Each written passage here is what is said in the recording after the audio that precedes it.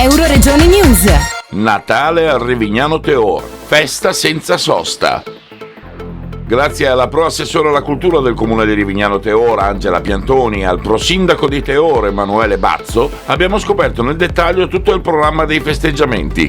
Allora, gli eventi cominceranno appunto il 15 dicembre alle ore 14 a Teor, in via Roma, e ci sarà la seconda edizione a cura della Proloco di Teor e di alcune mamme, un gruppo di mamme della scuola primaria di Teor, in cui ci sarà questa manifestazione dell'Accendiamo il Natale, accendiamo l'albero di Natale con Santa Lucia che arriva alle ore 16 per la consegna dei doni, e molti laboratori e chioschi in via Roma.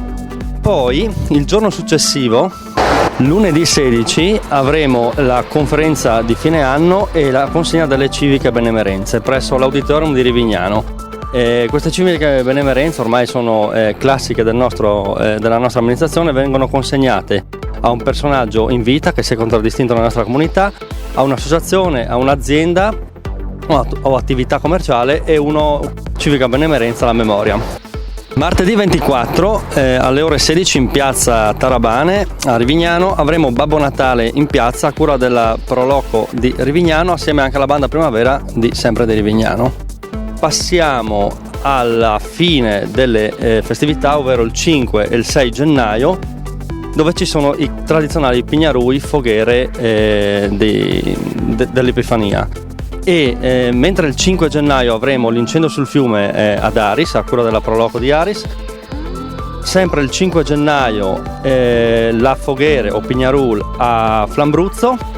Il 6 gennaio invece avremo la foghere alla chiesetta del Falt a cura degli Alpini, sezione di Rivignano Teor, alle 16:30, mentre alle 18:30 presso gli impianti sportivi di Teor, all'interno poi del tendone riscaldato, avremo anche l'accensione dell'ultimo pignarul a cura della Proloco di Teor, presso appunto gli impianti sportivi di Teor, con anche l'arrivo della Befana. Per quanto riguarda gli eventi strettamente culturali, organizzati sempre dalle nostre associazioni che con orgoglio il Comune sostiene e con cui collabora felicemente, possiamo annoverare gli appuntamenti del 21 nel pomeriggio alle 15, quando i piccoli della banda primavera porteranno il loro saggio musicale dentro le corti di Rivignano. Il giorno successivo, alle ore 11, presso la casa di riposo Zaffiro, ci saranno gli auguri da parte dell'amministrazione comunale in collaborazione con la banda dello Stella e il gruppo Alpini.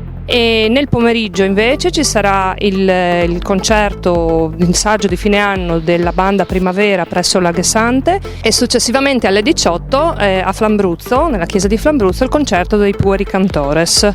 Il giorno 23 alle 10:45 presso la casa di riposo Zaffiro ci sarà invece il concerto del coro dell'Università della Terza Età, e il giorno 26 all'Auditorium di Rivignano il concerto di Natale della banda Primavera, mentre per concludere gli eventi culturali il 28 la banda dello Stella farà il suo concerto natalizio presso l'Auditorium di Rivignano.